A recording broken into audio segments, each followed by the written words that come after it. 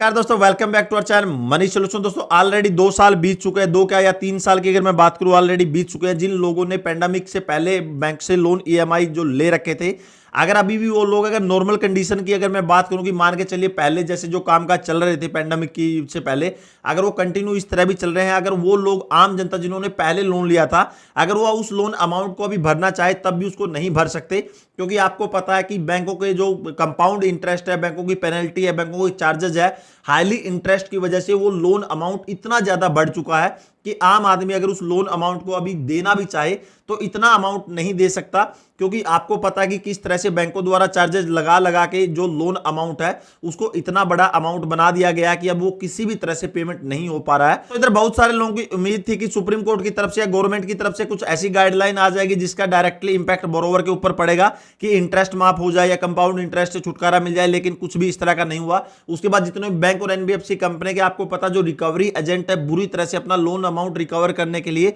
Borrower के पीछे पड़े थे, और सेम दोस्तों अभी भी ये प्रोसीजर चल रहा है। लेकिन सुप्रीम कोर्ट की तरफ से अभी एक ऐसा ऑर्डर या फिर एक ऐसा आदेश पास हुआ है जिसका डायरेक्टली इंपैक्ट बोरोवर के ऊपर पड़ेगा। आपको पता कि पहले जितने भी लोग जो लोन रिकवरी के से परेशान थे, जब उनके ऊपर दोस्तों जो लोन रिकवरी होती थी, बैंकों के एक्शन होते थे, सरफेसी हो गया, उसके बाद आर्बिट्रेशन हो गया, उसके बाद डायरेक्टली कोर्ट से नोटिस आते थे या बैंक की तरफ से बहुत सारे अमेंडमेंट आते थे कि भैया या तो आप लोन पेमेंट कर दीजिए, नहीं तो हम आपके अगेंस्ट ये कार्रवाई करेंगे। तो बहुत सारे लोग लोक अदालत, सिंपली जो हाई कोर्ट है या जो डिस्ट्रिक्ट लेवल की कोर्ट है उनके अंदर चले जाते थे और उनका मामला कुछ हद तक शांत हो जाता था, या कुछ मामले उधर सेटल हो जाते थे सेटलमेंट के द्वारा या किसी और मेथड के द्वारा। लेकिन दोस्तों अब आगे से ऐसा होना पॉसिबल नहीं है, क्योंकि सुप्रीम कोर्ट की तरफ से बहुत बड़ा अपडेट आया है। सुप्रीम कोर्ट ने दोस्तों डायरेक्टली बैंकों को भी गाइडलाइन दे दी और सभी हाई कोर्ट है या फिर जितनी भी डिस्ट्रिक्ट कोर्ट है उन सभी लोगों को ऑर्डर पास कर दिया कि अगर बैंक अपने लोन रिकवरी की कार्रवाई कर रहा है तो उसके अगेंस्ट किसी भी कोर्ट में दोस्तों जो रिट एप्लीकेशन है एक्सेप्ट नहीं की जाएगी। यानी कि अगर बैंक मान के चलिए आपके अगेंस्ट कोई भी अगर लोन रिकवरी की अगर कार्रवाई कर रहा है तो आप किसी भी कोर्ट का दरवाजा नहीं खटखटा सकते। अगर कोर्ट का अगर आप दरवाजा खटखटाएंगे भी तो भी कोर्ट आपकी हेल्प नहीं करेगा, क्योंकि डायरेक्टली सुप्रीम कोर्ट की तरफ से आदेश है कि अगर इस तरह का कोई मामला, लोन रिकवरी का मामला, अगर बैंक लोन रिकवर कर रहा है और अगर बोरोवर है कोर्ट की शरण लेता है तो बैंक लोन रिकवरी के मामले में कोर्ट किसी भी तरह का हस्तक्षेप नहीं करेगा। यह सुप्रीम कोर्ट की तरफ से दोस्तों गाइडलाइन आ चुकी है। लेकिन दोस्तों वीडियो के अंत में हम आपको बताएंगे कि अगर यह गाइडलाइन आई है किन किन लोनों के ऊपर एप्लीकेबल है और किस लोनों के ऊपर एप्लीकेबल नहीं है। दोस्तों वीडियो में आगे बढ़ने से पहले मैं क्रिप्टो करेंसी इन्वेस्टमेंट के बारे में आपसे कुछ बताना चाहूंगा। दोस्तों यदि आप क्रिप्टो करेंसी में इन्वेस्टमेंट करना चाहते हो तो दोस्तों आप मुद्रेक्स के द्वारा कर सकते हैं। दोस्तों जो मुद्रेक्स है क्रिप्टो करेंसी का म्यूचुअल फंड है और इसके द्वारा दोस्तों आप इजिली वे में क्रिप्टो करेंसी के अंदर इन्वेस्टमेंट कर सकते हो। दोस्तों आप इधर जो मेरे कंप्यूटर स्क्रीन पर देख रहे होंगे कि मुद्रेक्स जो है दोस्तों यहां पर आप क्रिप्टो करेंसी के जो बास्केट है आपको मिल जाएंगे, जैसे कि आप म्यूचुअल फंड के अंदर अपना इन्वेस्टमेंट करते हैं। दोस्तों ये बास्केट है, ये coin set crypto currency token के बास्केट हैं और किसी थीम या आइडिया पर दोस्तों पूरी तरह से निर्भर करते हैं। तो आप अपने किसी भी थीम या आइडिया के अंदर आप डायरेक्टली इसके अंदर अपना इन्वेस्टमेंट कर सकते हैं और 25 से ज्यादा यहां पर आपको जो क्रिप्टो करेंसी है यानी जो कॉइन सेट्स के आपको बास्केट मिल जाते हैं जिसके अंदर किसी में भी आप इन्वेस्टमेंट करते हैं। और दोस्तों इसकी खास बात क्या है कि ये जो मंथली है ये रीबैलेंसिंग भी होते रहते हैं मार्केट के उतार चढ़ाव को देखते हुए। सिंपली दोस्तों इसमें करना कुछ भी नहीं है, सिंपली आप अपना जो केवाईसी करके अपना बैंक अकाउंट लिंक करके सिंपली पैन कार्ड के द्वारा इसमें किसी भी क्रिप्टो करेंसी जो कॉइन सेट्स है यानी म्यूचुअल फंड की तरह जो बास्केट है उसमें इन्वेस्टमेंट कर सकते हो। और यहां पर आप मिनिमम $10 से आप अपना इन्वेस्टमेंट स्टार्ट कर सकते हो और यहां पर आप इन्वेस्टमेंट पर आपको कोई भी फीस नहीं लगेगी दोस्तों। और दोस्तों मुद्रेक्स के द्वारा आप 14% तक अपने क्रिप्टो करेंसी होल्डिंग के ऊपर इंटरेस्ट कमा सकते हो। दोस्तों मुद्रेक्स की तरफ से अभी ऑफर भी चल रहा है, यदि आप डिस्क्रिप्शन में दिए गए लिंक से साइन अप करते हैं तो मुद्रेक्स की तरफ से आपको $15 मिलेंगे अपनी इन्वेस्टमेंट की जर्नी स्टार्ट करने के लिए।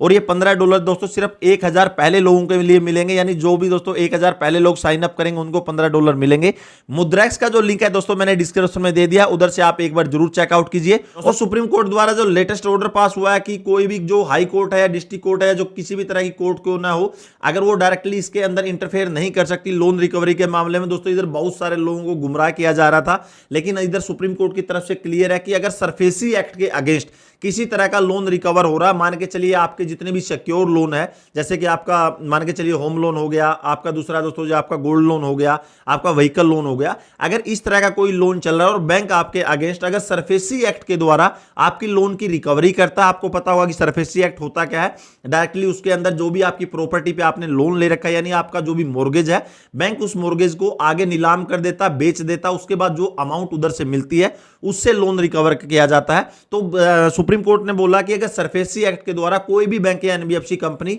अपना लोन अमाउंट अगर बोरोवर से वसूल कर रही है, तो इसमें कोई भी हाई कोर्ट या जितने भी कोर्ट है, सुप्रीम कोर्ट के नीचे जितनी भी कोर्टें हैं, वो बैंक के इस मामले में हस्तक्षेप नहीं करेंगे। बैंक को पूरी पावर है कि बैंक ने जब लोन दिया है तो बैंक उस लोन अमाउंट को किसी भी तरह से रिकवर कर सकता है। तो दोस्तों जिन लोगों के पर्सनल लोन चल रहे हैं उसके ऊपर ये एप्लीकेबल नहीं है, वो डायरेक्टली कोर्ट का दरवाजा खटखटा सकते हैं, डिस्ट्रिक्ट कोर्ट का, लोक अदालत का, जितनी भी जो कोर्टें हैं, हाई कोर्ट होगी। लेकिन अगर